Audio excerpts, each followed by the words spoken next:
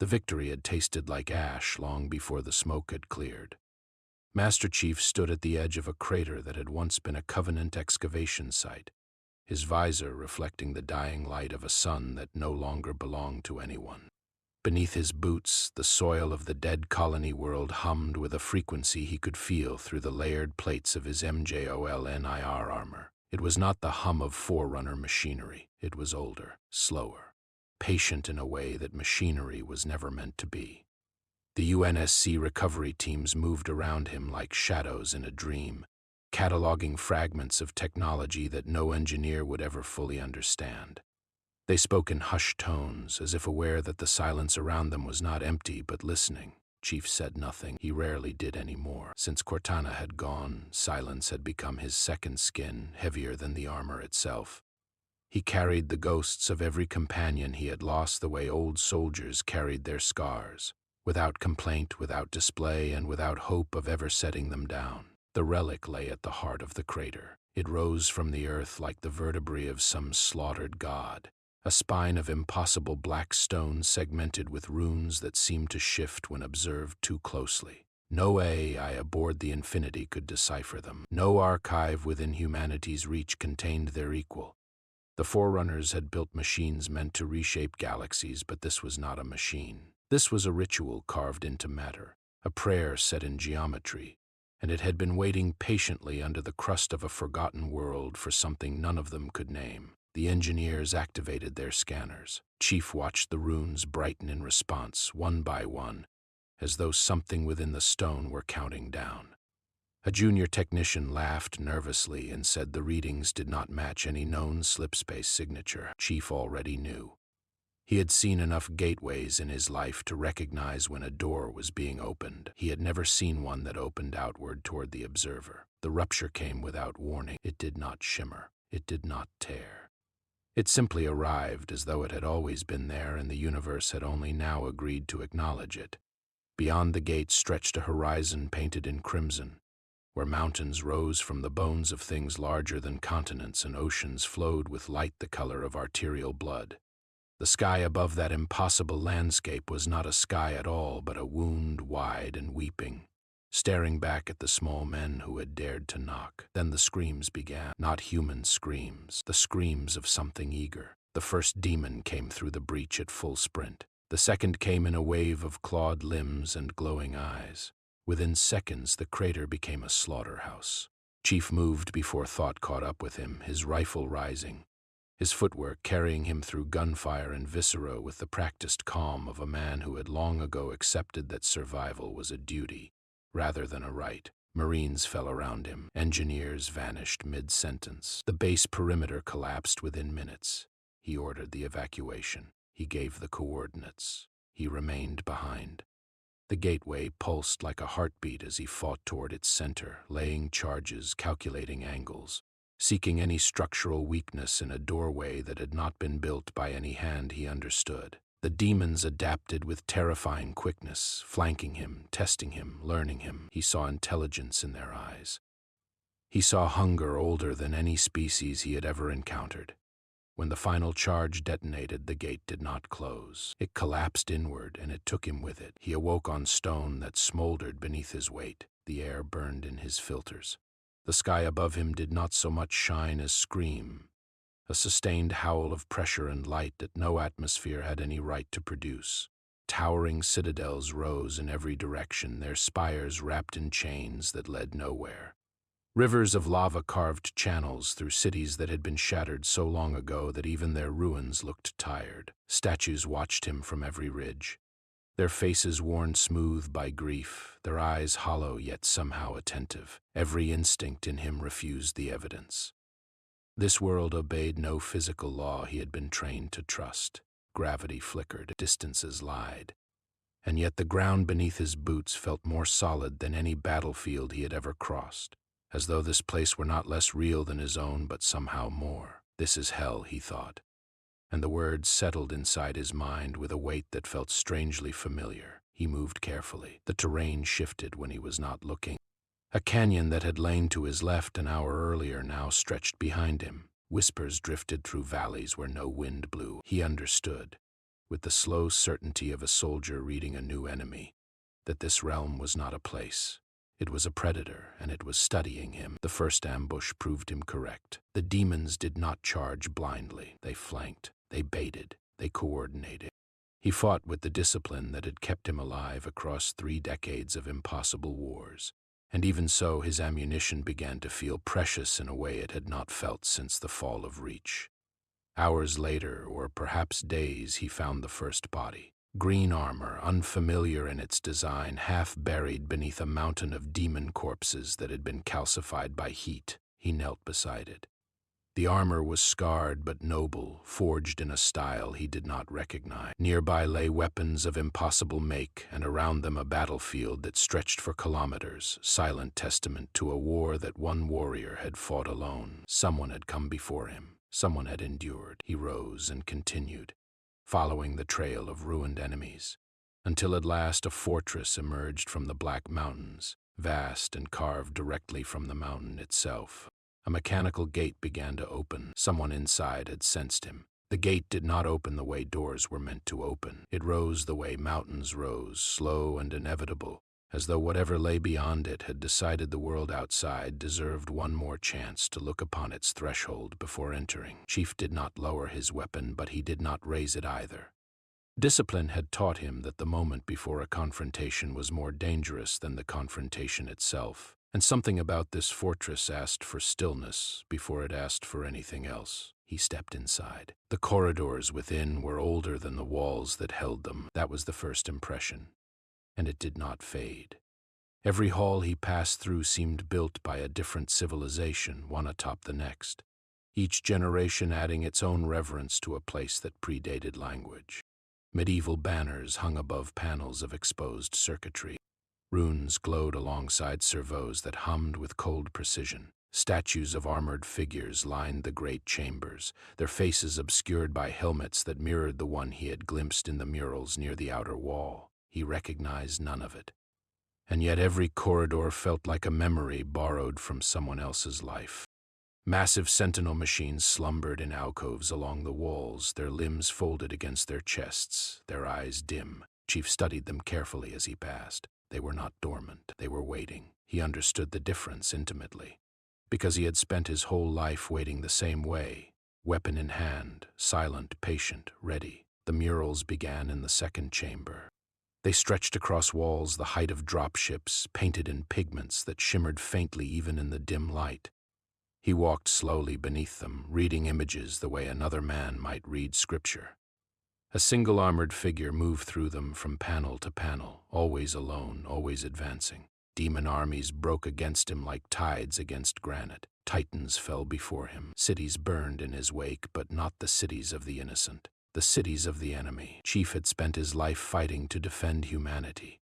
What he saw in these murals was not defense. It was retribution, refined over centuries into something that resembled prayer. He assumed at first that the images were exaggerations, myths carved by admirers to comfort themselves. Then he found the corpses. They lay in a cross corridor, still steaming, their wounds fresh. Some had been torn apart. Others had been unmade in ways he did not have language for. The blood upon the stone had not yet blackened. Whoever had killed them had walked these halls within the last hour, and had done so with the calm efficiency of a man performing a chore he had performed 1,000 times before. Chief felt something rare stir behind his visor. It was not fear, it was recognition. Somewhere in this fortress walked a soldier who had not stopped fighting for longer than humanity had possessed the wheel. The alarms came before their meeting did. A tremor shook the fortress from foundation to spire, and the sky beyond the great windows darkened with wings. Titans stirred in the distance, their footfalls resonating through the mountain itself. Flying horrors circled the towers, screaming in tongues that scraped against the mind. Hell had noticed the intrusion. Hell had responded. Chief moved to the outer walls without hesitation. Battle was familiar. Battle was clean. He took position along a shattered parapet and began the calm arithmetic of survival. He counted his rounds. He measured the distances. He identified elevation, choke points, the arc of every incoming enemy. He fought the way he had always fought, with economy and precision, each shot a decision rather than a reflex. Around him, the walls held. Sentinel turrets awoke and joined him without prompting, as though the fortress itself acknowledged an ally. Then the fortress shook again, and the tremors did not come from the enemy. Heavy footsteps, they approached from within. He turned in time to see the corridor behind him fill with a silhouette that carried the same weight as the murals it had inspired. Green armor scarred by centuries, a helmet like a bowed skull, two eyes that burned quietly through the visor with a patience that no living creature should have earned. In one hand, a shotgun, in the other, silence. The Doomslayer stopped at the edge of the parapet. Neither of them spoke. Neither raised a weapon against the other, and neither lowered one. For a moment that felt longer than the battle raging beyond the walls, two legendary soldiers regarded each other in the language that only warriors truly shared. The Slayer saw discipline. He saw a soldier whose stance had been engineered by an entire civilization for war. He saw restraint that had been forged by more losses than most men could survive. Chief saw endurance. He saw a warrior whose scars ran through his armor and beneath it, whose stillness carried the density of a collapsed star. He saw a man who had walked into the mouth of every hell that existed and had walked back out again because leaving unfinished work was not in his nature. Between them lay understanding without agreement and respect without trust. Then the wall behind them collapsed. A titan crashed through the stone, its horns dragging trenches through the parapet, its bulk large enough to blot the crimson sky. Chief and the Slayer did not glance at each other. They moved. Their styles could not have been more different. Chief flowed like a tactician, taking angles, creating overlapping fields of fire, using the ruined architecture as leverage. The Slayer went straight through the middle of everything, his shotgun a metronome of destruction, his fists finishing what his weapons began. Chief coordinated. The Slayer annihilated. Between them, the Titan learned how quickly a mountain could be reduced to a corpse. When it fell, the tremor of its collapse shook the entire fortress, and dust rained down through cracks in the ceiling like slow gray snow. The Slayer turned toward the interior. He did not gesture. He did not speak. He simply began walking, and the fortress opened for him. Chief followed. It was not friendship. It was not yet an alliance. But it was permission, and in a realm where permission was a language older than words, it was more than enough for now. Hell, watching from beyond the walls, had already noticed. The fortress held its breath for the first time in centuries. Chief walked its halls beside a figure who had walked them longer than any empire in Chief's memory had existed. The Slayer did not offer introductions. He did not offer greetings. What he offered instead was a route, and Chief understood that the route itself would be the lesson. They passed chambers filled with things that should not have coexisted. In one, a sentinel archive glowed softly beneath a vaulted ceiling. In another, weapons rested on stone plinths that had been worn smooth by the hands of long-dead custodians.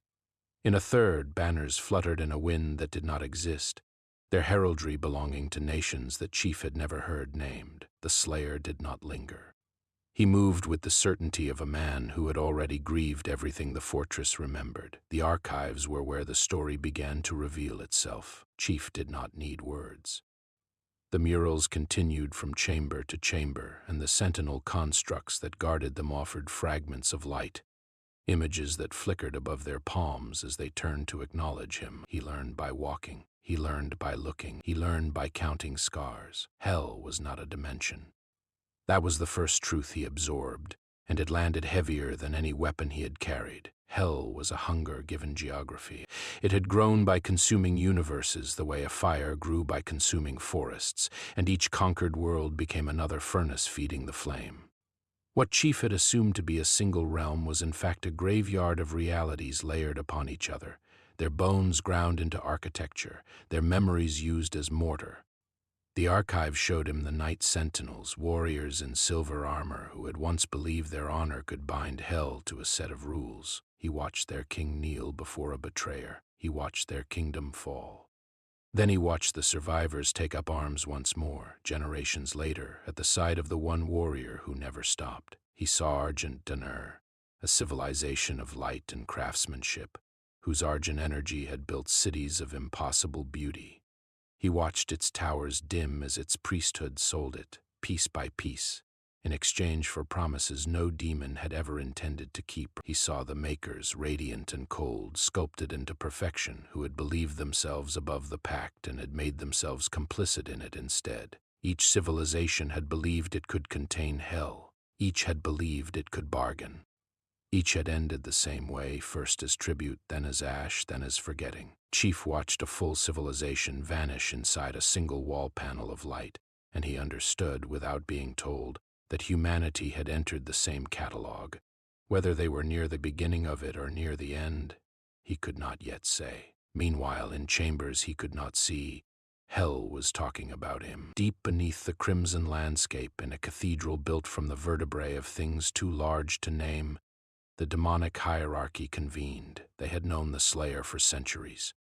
They had learned to measure him, to fear him, to schedule their expansions around his silences. He was a wound that would not close. He was a debt that could not be paid, but he was singular, and singular threats could be endured. Chief was different. Chief did not stand alone. Chief carried a way of standing that made others want to stand beside him. He inspired, he organized, he believed. That kind of hope in the ledger of hell was a heavier weapon than any shotgun. A hell priest, veiled and long-fingered, moved through vaults that had not been opened in millennia. He turned pages of skin. He walked corridors where prophecies had been chained to the walls to keep them from escaping. He was searching for something he had heard whispered by dying acolytes, something older than the Slayer, something the demons had been careful to bury. The twin spears, two warriors from different stars, whose alliance could pierce hell. The prophecy was old, older than the Slayer's first war, and it was incomplete. Something at its end had been scraped away, deliberately, by a hand that had feared the ending more than the beginning. The priest read what remained. Then he closed the book and began walking toward audiences that would not want to hear him. Above, in the mountains, Chief and the Slayer began the campaign. They struck first at the outer engines of hell. The industrial cathedrals where flesh was rendered into fuel and prayers were rendered into artillery. Chief planned each assault with the discipline of a man who had rehearsed every angle before ever firing a round. The Slayer executed each plan the way lightning executed the sky. Their contrasting rhythms braided into a single deadly motion. What one missed, the other closed. What one softened, the other broke. They freed captives who had forgotten they were captives. They destroyed foundries older than the concept of night. They toppled altars whose deities had grown fat on centuries of offerings. With every victory, more evidence surfaced. Hell was not simply expanding, it was preparing. Chief studied the schematics carved into stolen walls. He read patterns in the movements of demonic legions. He recognized, with a soldier's cold instinct, the shape of a mobilization that dwarfed anything the Covenant had ever mounted against humanity. This was not an invasion of Earth. This was an invasion of everywhere. They found the gate on the 7th campaign.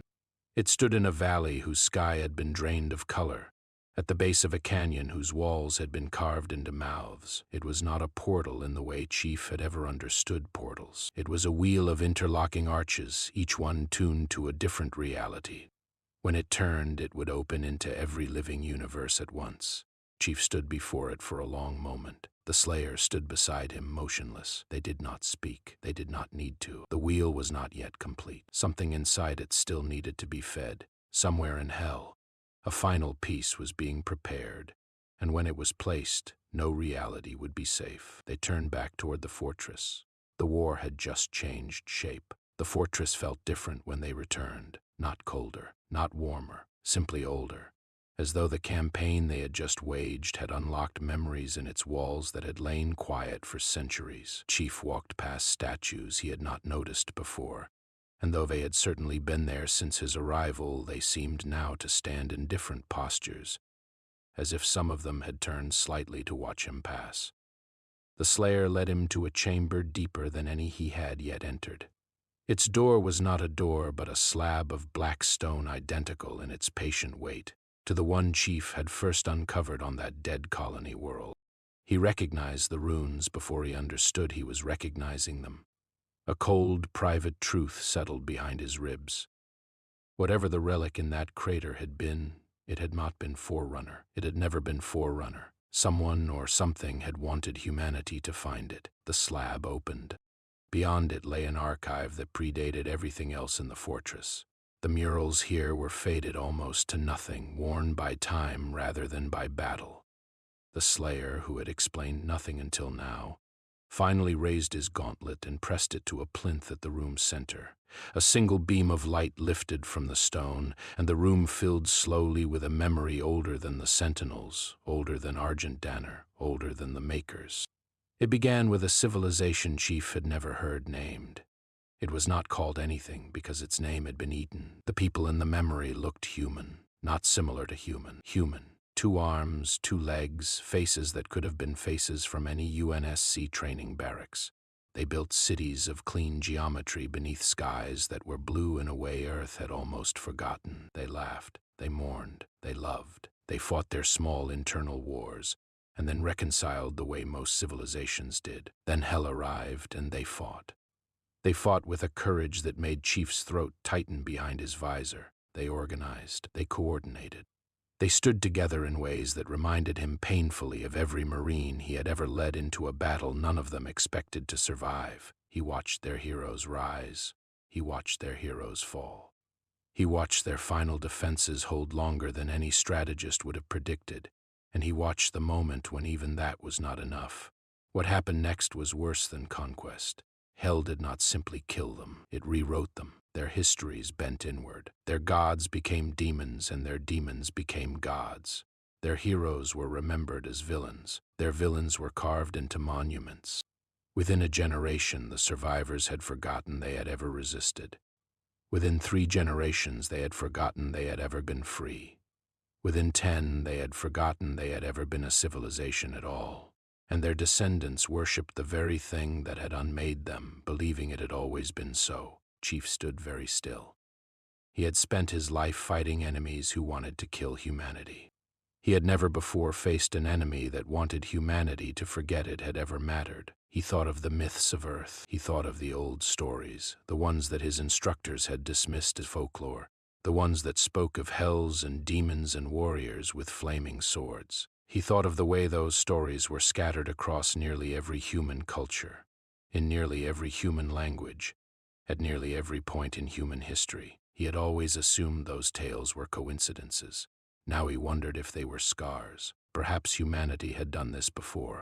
Perhaps humanity had already lost once and had forgotten, and was only now returning to a war whose first chapters had been erased from its own memory. The Slayer stood at his side while the memory finished. He did not move. He did not speak. When the light finally faded, he simply looked at Chief for a long moment, and something in that look shifted. There had been respect between them from the beginning, the way there was always respect between 2 warriors who understood each other's silences. But this was different. What passed between them now was recognition of a shared burden. Chief had refused, throughout the entire campaign, to surrender the smallest piece of hope. He had lost soldiers. He had lost worlds. He had lost, most painfully of all, the voice that had once accompanied him through every waking hour. And still he had not laid down the belief that lives were worth protecting. The Slayer had once believed the same thing. Centuries and betrayals had beaten that belief thin until only wrath remained to carry him forward. Watching Chief now, he seemed to remember faintly that there had been another way of walking through fire. He offered Chief no words. He did not need to. He turned his head once in a gesture that carried the weight of a formal vow, and Chief returned it in kind. They were no longer strangers walking parallel paths. They were 2 spears aimed in the same direction. Their moment of recognition was interrupted by an alarm that neither of them had heard before. A sentinel construct floated into the chamber, its light flickering red for the first time since Chief had entered the fortress. The Slayer moved immediately. Chief followed. They arrived at an outer parapet that overlooked a horizon Chief had not yet learned to read. Above them, in the wounded sky, something small and precise had begun to shimmer. It was not a demon. It was not a titan. It was a tear in reality, no larger than a coin at this distance, but Chief recognized its geometry instantly. The gateway that had brought him here was still active. He had assumed it had collapsed. He had assumed his passage had sealed it. He had been wrong. The tear pulsed once, softly, as if breathing. Then it steadied. Somewhere across the impossible distance between realms, Hell was already reaching toward the Milky Way. It had not waited for the Wheel of Arches. It had not waited for permission. The invasion had already begun, in small and quiet ways, in places that would not yet know they were being touched. Chief lowered his rifle slowly. The Slayer stood very still beside him. The war they thought they had time to prepare for was already underway. The first reports arrived through sentinel channels that Chief had not known existed. Ancient constructs across 100 fortresses had begun waking of their own accord. Their voices layered in tongues that the fortress translated only reluctantly. Stronghold after stronghold flared into contact, then went silent. The pattern was not random.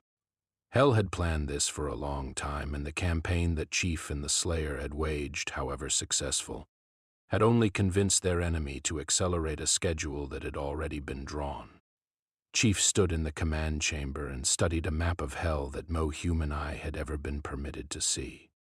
The Slayer watched from the far end of the room, his arms folded, his silence a language Chief had begun to read with painful accuracy. Every glowing marker on the map represented a sentinel enclave. Every dimming marker represented one that had just fallen. They dimmed faster than he could plan around.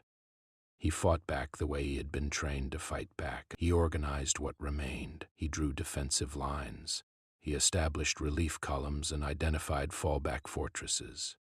He gave orders in a voice that sentinel constructs obeyed without hesitation, because command in any realm recognized itself. None of it was enough. The Titans came in numbers that had never before been recorded. Flying horrors darkened the crimson skies until whole battlefields fought beneath a false dusk. Ancient towers that had stood since before humanity's first language toppled inward, their foundations gnawed through by things that had waited beneath them for millennia. Chief watched entire enclaves die in the time it took him to breathe. He remembered Reach. He remembered the sound of a world being murdered around him while he stood upon it, weapon in hand, unable to save it. He had believed for many years that Reach had been the worst thing he would ever witness. He had been wrong. Reach had been one world. This was every world at once. His plans held. His tactics were flawless. And still the losses came. Innocents that he had specifically routed to safety were caught in ambushes he had not been able to predict. Refugees died in corridors he had personally cleared. He began to feel, for the first time since he had been a boy on Reach's training fields, the cold, unfamiliar shape of insufficiency. The Slayer at his side began to change. It was subtle at first, a tightening of his stance, a stillness that carried more heat than his motion. Then it grew. His campaigns became longer. His returns from the field grew rarer. When he did return, he moved through the fortress in ways that Chief recognized from history, from the murals, from the old memories the archives had shown. He was becoming again what Argent Donor had once trained him not to be, and what centuries of loss had forged him into anyway. He was becoming wrath, undiluted. Chief watched him with a soldier's eye and a comrade's concern. He recognized, in the Slayer, the shadow of a man he did not want to be, and the shadow of a man he might one day become. Grief was a weapon. Wrath was a weapon. Both could win battles. Neither could win a war whose true objective was the preservation of the reason to keep fighting. They began to disagree. The disagreements were quiet. The Slayer had no interest in speeches, and Chief had no interest in demanding them. Their conflict lived in choices. When a captured settlement lay in the path of a strategic strike, the Slayer's calculus was simple. Chief's was not. When a sentinel column could be sacrificed to break through a Titan line, the Slayer accepted the arithmetic without flinching. Chief refused the arithmetic entirely and sought another route. Even when the other route cost him hours he could not spare. Chief believed lives mattered, every one of them, especially the ones he had never met. The Slayer believed victory mattered, because without it, no life would matter for long. Neither of them was wrong. That was the worst part. And neither could yield without becoming less useful to the war they were both trying to survive. Then the new enemy revealed itself. He appeared first as a signal, a coldness within the chatter of demonic legions, a discipline that had no place in the usual chaos of Hell's armies. Chief noticed him before anyone else did, because Chief had spent his life learning the difference between a mob and a battalion. Where before the demonic armies had thrown themselves at sentinel defenses like storms, they now advanced in formations. They flanked, they feinted, they exploited every reflex Chief had trained into his own forces. The commander did not have a face.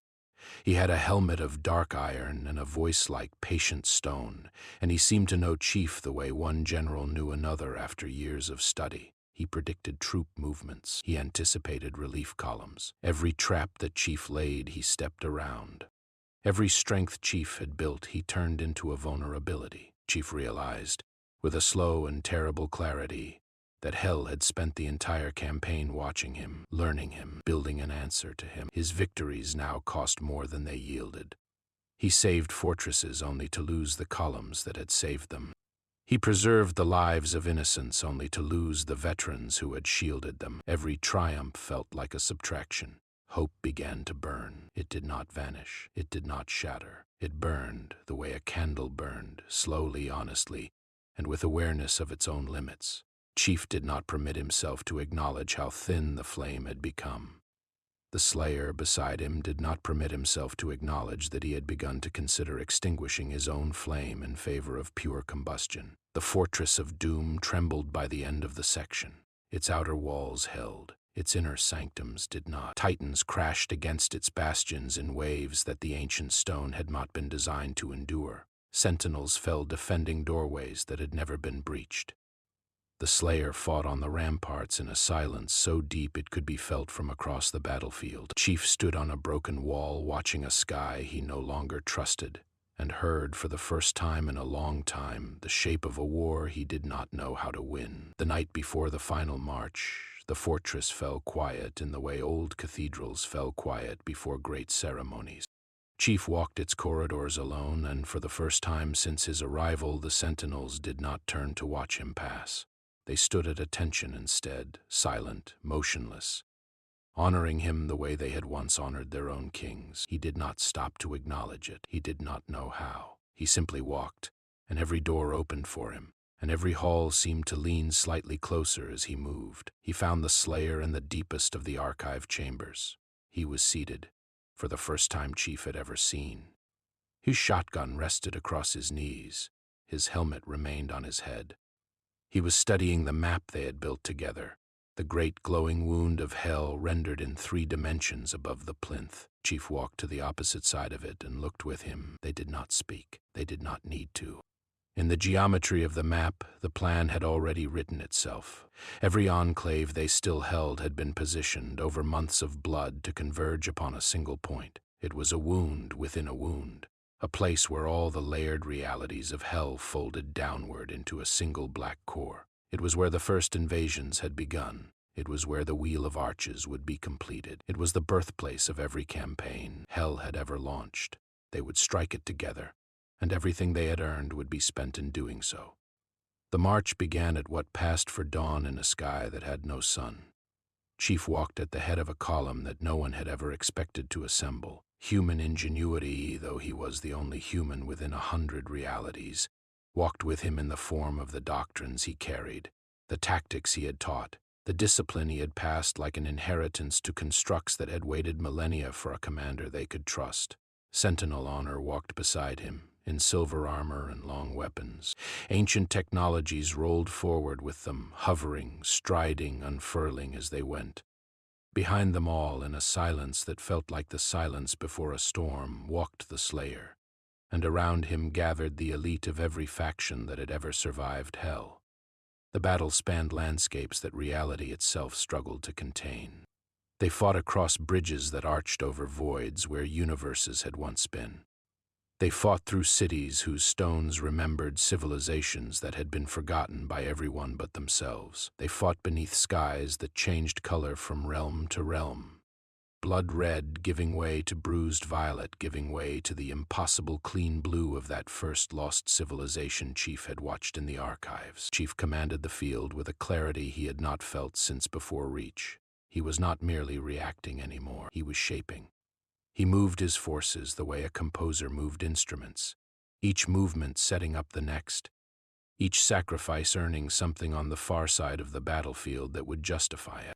Sentinel columns advanced under his orders and held ground that had been lost for generations.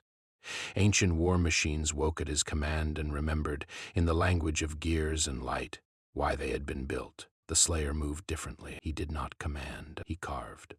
He entered enemy lines the way a blade entered flesh, and where he passed, hell simplified. Titans that had never before been felled fell before him. Champions that had bathed in the blood of civilizations were unmade beneath his boots. He fought with the wrath he had been becoming for centuries, but for the first time in a long time he fought within a plan that was larger than himself. He trusted the plan. He trusted its author. He trusted the man walking 100 meters behind him with a rifle and a mind that had never once forgotten what victory was actually for. For the first time they moved as one weapon. They reached the inner ring at what would have been evening if evening still meant anything. Beyond it lay the cosmic engine. Chief saw it before he understood he was seeing it. It rose from the black core of hell like a heart that had been carved out of a god and re-engineered into a machine. Rings of impossible metal spun around it. Chains as thick as freighters held it in place. Arcs of argent energy leapt between its outer plates, tuning it, feeding it, teaching it the shape of every reality it would soon be able to invade. It was more than a gateway. It was permanence. Once activated, it would not require the effort of opening or closing. It would simply be in every universe at once, forever. Chief understood, in a single silent moment, that destroying it would cost more than any single life he had ever spent. He turned to the Slayer. The Slayer met his gaze and nodded once. They did not need to discuss the terms of what they were about to attempt. They both knew that some victories were purchased with pieces of oneself that could never be recovered. They both knew that neither of them had ever been the kind of soldier who counted such costs before paying them. The final assault into the engine's chamber was the most brutal battle either had ever fought. Hell's elite champions defended their masterwork with a fury that made every previous engagement feel like rehearsal. Chief led surviving sentinels through corridors that folded space to disorient them. The Slayer forced open passages that Hell had welded shut in the moment of their approach. Between them, they carved a path that even the archives later would not be able to fully describe. Chief lost soldiers whose names he had learned. He remembered them as they fell. He kept moving. That was not cruelty. It was covenant. To grieve later, to fight now, and to make later worth reaching. They breached the inner chamber together. The engine turned above them, vast and patient. Chief studied its architecture in a single sweeping glance and identified what he had been looking for from the beginning. Every machine, however cosmic, had a rhythm. This one had a rhythm. He could hear it in the pulses of argent energy, in the way the chains flexed and released. He could see, at last, the moment of vulnerability that no demon had ever thought to hide, because no demon had ever imagined a soldier who would think to look for it. He turned to the Slayer. He explained the plan in 3 sentences. The Slayer listened. The Slayer agreed. The plan required sacrifice. That was assumed. What kind of sacrifice, from whom, remained the only open question. Beyond the chamber walls, Hell prepared its answer. Its architects, veiled and long-fingered, gathered in the throne room above the engine. They had believed for a long time that they were the ones setting the terms of this war.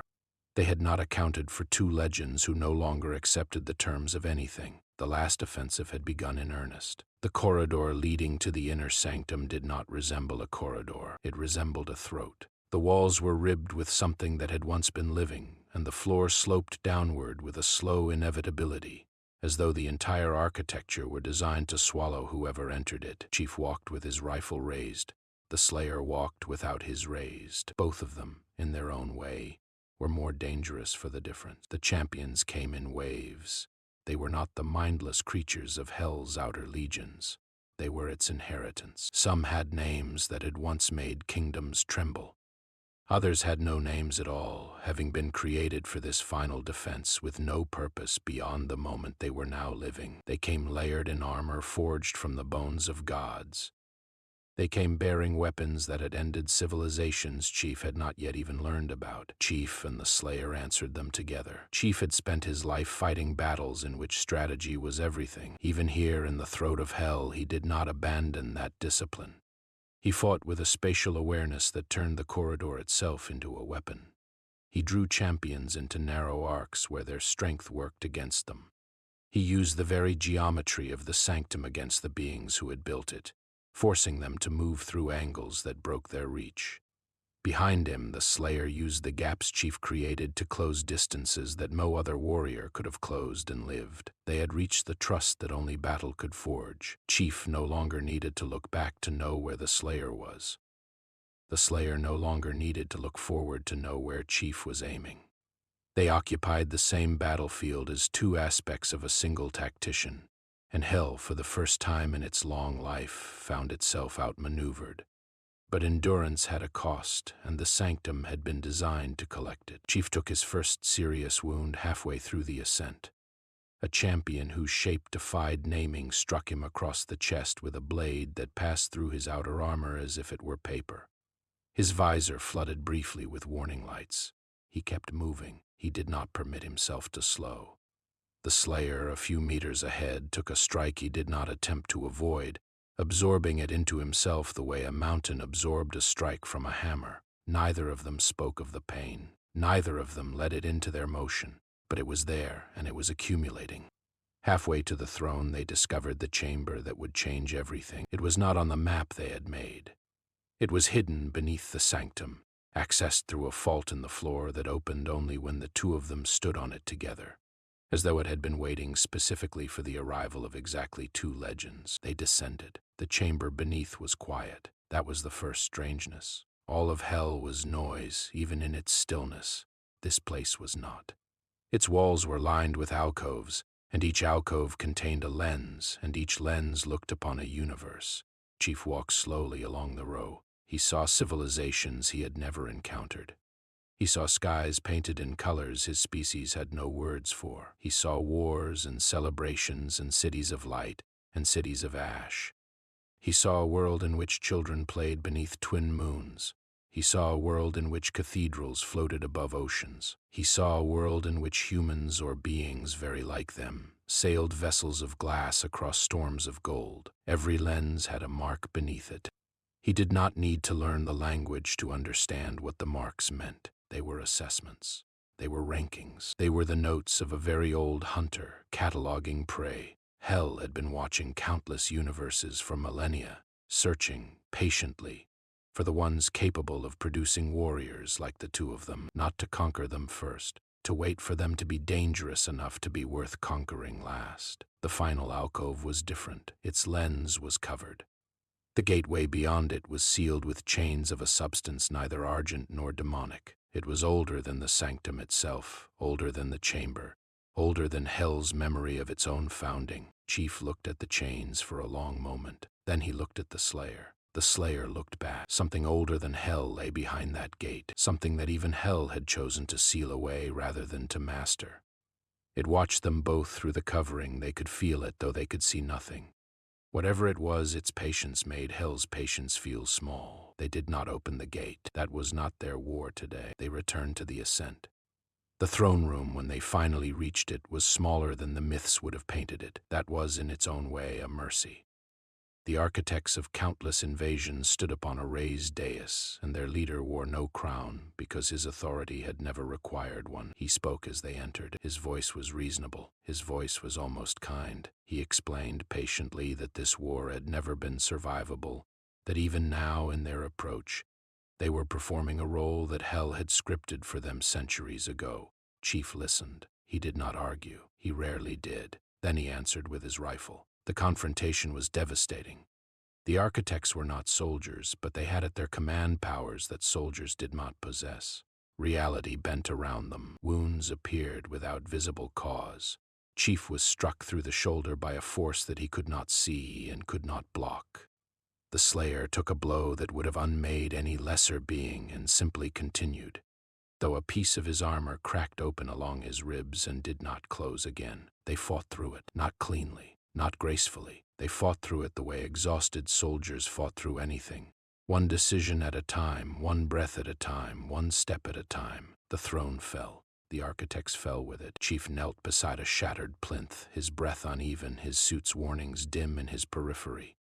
The Slayer stood over the ruin of the dais, unmoving, his silhouette outlined against a light that came from nowhere and everywhere. The throne was broken, the immediate command of hell was ended, but the covered gate below still watched. And the true heart of hell, both of them understood without saying it, still beat somewhere they had not yet walked. The moment the throne fell, hell began to come apart. It did not shatter the way glass shattered. It unraveled the way tapestries unraveled when their central thread was pulled. From the sanctum outward, the realm began forgetting how to be a realm. Fortresses that had stood for millennia sagged inward, their stones remembering that they had once been the bones of something living.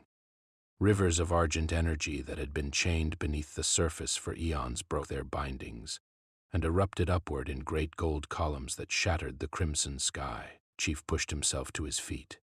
His suit's warnings had begun stacking upon each other. The Slayer was already moving. There was no time to speak of what they had done, or of what had been discovered beneath the sanctum, or of the sealed gate whose covered lens still hovered at the edge of Chief's memory. There was only the collapse, and the plan that had always been waiting on the other side of it. They ascended together. The corridors that had been a throat during their descent were now a wound, and the wound was closing. Stones rearranged themselves in the walls as if reluctant to let them leave. Chief did not look back. The Slayer did not look forward. Between them they carried a rhythm that even collapsing geometry could not confuse. Above, in the outer realms, the sentinels had begun their evacuations. Chief had prepared the routes weeks earlier, back when the plan was still theoretical, when he had first understood that no victory would come without withdrawal. He had built the paths carefully, the way he had always built paths, with redundancies and contingencies and the assumption that at least one of the paths would fail. He had been right. Two had already failed by the time he emerged onto the outer battlements. He did not permit himself to grieve the losses in that moment. He did what commanders did. He redirected. He rerouted. He gave orders that constructs older than his species accepted without hesitation, because command in its true form spoke in the same language regardless of what shape the commander wore. The evacuation held together. Not perfectly, but it held. Meanwhile, the Slayer walked toward the engine. Chief watched him go, and he understood, without being told, what the Slayer intended. The engine could not be destroyed from outside. It had been designed to withstand external assault. Its rings and chains would absorb any bombardment. Its core would repair itself faster than any weapon could damage it. The only way to end it was to end it from within, from the exact rhythm point Chief had identified, at the exact moment when the engine's internal pulse was widest open. To reach that point, someone had to enter the engine while it was still spinning. To reach it in time, that someone would have to be able to move through hell's collapse without pausing. Only one of them could do that. Chief did not permit himself to argue, not because he agreed, because he understood. The Slayer paused once at the threshold of the ramp that led down to the engine. He turned. He looked up toward the battlements where Chief stood coordinating the last of the evacuations. He did not raise a hand. He did not offer a signal. He simply looked, and Chief looked back, and between them passed something that would not have survived being spoken. Then the Slayer descended. The engine's rhythm shifted moments later. Chief felt it before he saw it. The great rings began to slow in a pattern he recognized, the pattern he himself had designed. Argent energy poured upward through cracks that had not existed a heartbeat earlier. Somewhere within, the Slayer was moving, and the movement was working. Chief turned to the last of the evacuation lines. The final portal, the one that would return the surviving sentinels to the enclaves they still held, and would return him to the reality he had left, hung above a shattered plateau. It was thinning. It would not last much longer. He herded the last of the surviving constructs through. He directed the last of the wounded onto stretchers that hovered ahead of him. He turned back once, just once, and looked toward the direction of the engine. The rings had almost stopped. The chains had begun to unspool. The rhythm point he had identified was widening into a wound. Somewhere within the collapsing gold light, the Slayer was still fighting. Chief permitted himself for a single second to hope. He did not know for what. He did not need to know. He had learned over the course of this campaign that hope did not require an object to be worth carrying. Then the shockwave came. It was not a shockwave of air or heat or force. It was a shockwave of ending. The engine at last obeyed the plan. The great cosmic wheel that had been meant to open every universe folded inward instead, taking with it the architecture of Hell's oldest kingdom. Fortresses collapsed. Chains snapped. Rivers of argent light poured upward through the crimson sky, and for the first time in the memory of that realm, the sky broke open into something clean above them. Chief was thrown backward through the final portal by a force he could not name.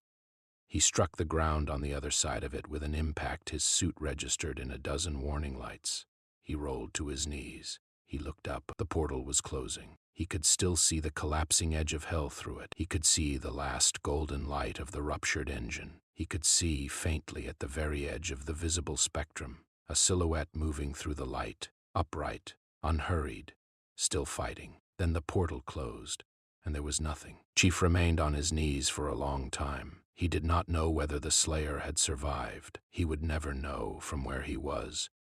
Whether the greatest hunter Hell had ever produced had emerged from the collapse of Hell itself.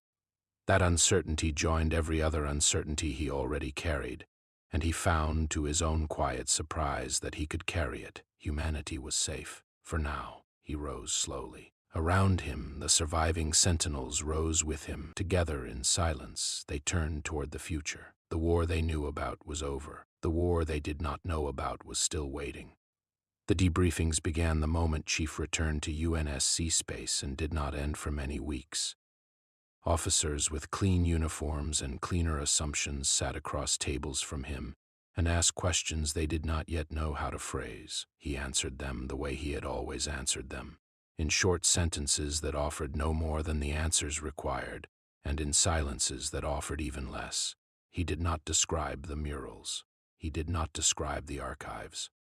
He did not describe the covered lens beneath the sanctum, or the presence he had felt behind it, or the shape of a silhouette walking upright through a collapsing sky. Some things, he had already decided, could not be reported without becoming smaller than they were. The recovered fragments of Hell's technology were sealed away in a facility whose location was known only to a handful of people.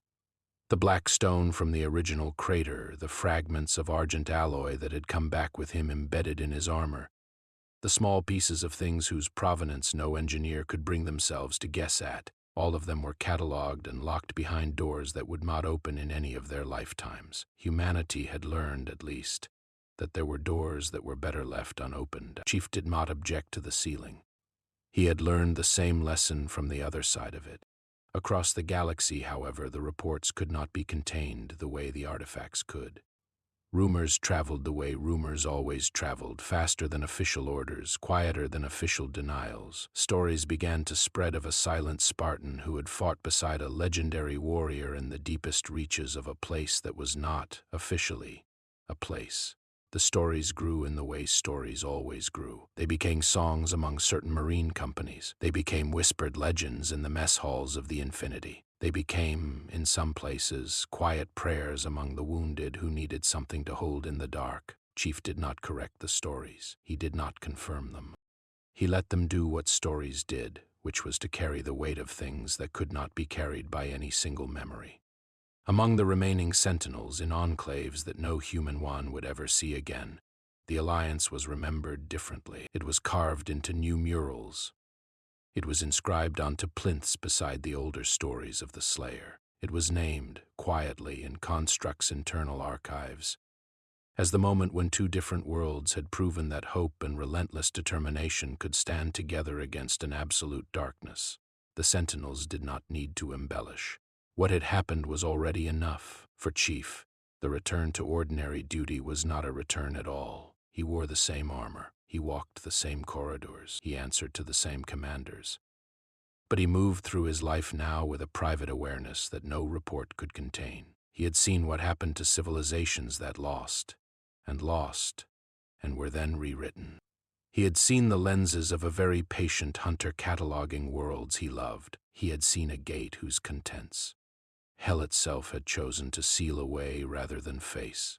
He carried that knowledge quietly. He did not permit it to make him afraid. He permitted it instead to make him ready. Humanity had survived. That was not nothing. It was, in fact, everything, but it was not all. There were horrors beyond the stars that even the Covenant, in all its cruelty, had never imagined. There were older enemies than any his species had yet been forced to name. He would not tell them about it yet. They were not ready yet.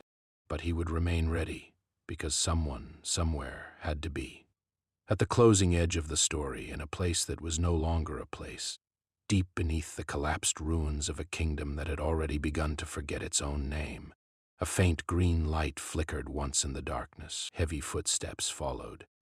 They moved with the unhurried rhythm of a warrior who had walked out of worse places than this and did not intend to stop walking now. The dust of the collapse settled behind him. The last of the argent light drained slowly from the wounds of the sky above, and above him, though he did not look up, the crimson horizon had begun to heal into something quieter, something almost like sleep. The Doomslayer was still alive. He did not need to be seen. He did not need to be recorded. Whether Chief would ever learn of his survival, whether Sentinel constructs would ever inscribe it into their archives, whether the two of them would ever fight side by side again, none of that mattered to the figure walking through the ruins.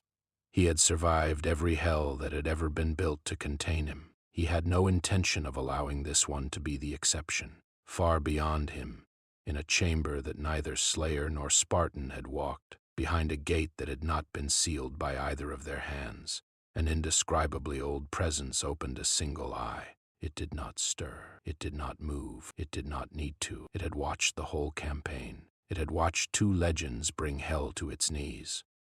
It had watched the throne fall and the engine collapse and the outer kingdom unravel, and it had felt, for the first time in an age no clock could measure, the faintest movement of something that might, in a lesser being, have been called interest. Hell itself, in the deep places of its own memory, had feared something, and something in turn had feared nothing at all. The eye did not close again. Master Chief walked the corridors of the UNSC Infinity in a silence that no one around him could truly read. The Slayer walked the ruined edge of a broken realm with a patience no enemy had ever exhausted, and somewhere far older than either of them, a presence waited and watched and considered. If two legends could force hell to its knees, what kind of enemy would require both of them to fight again?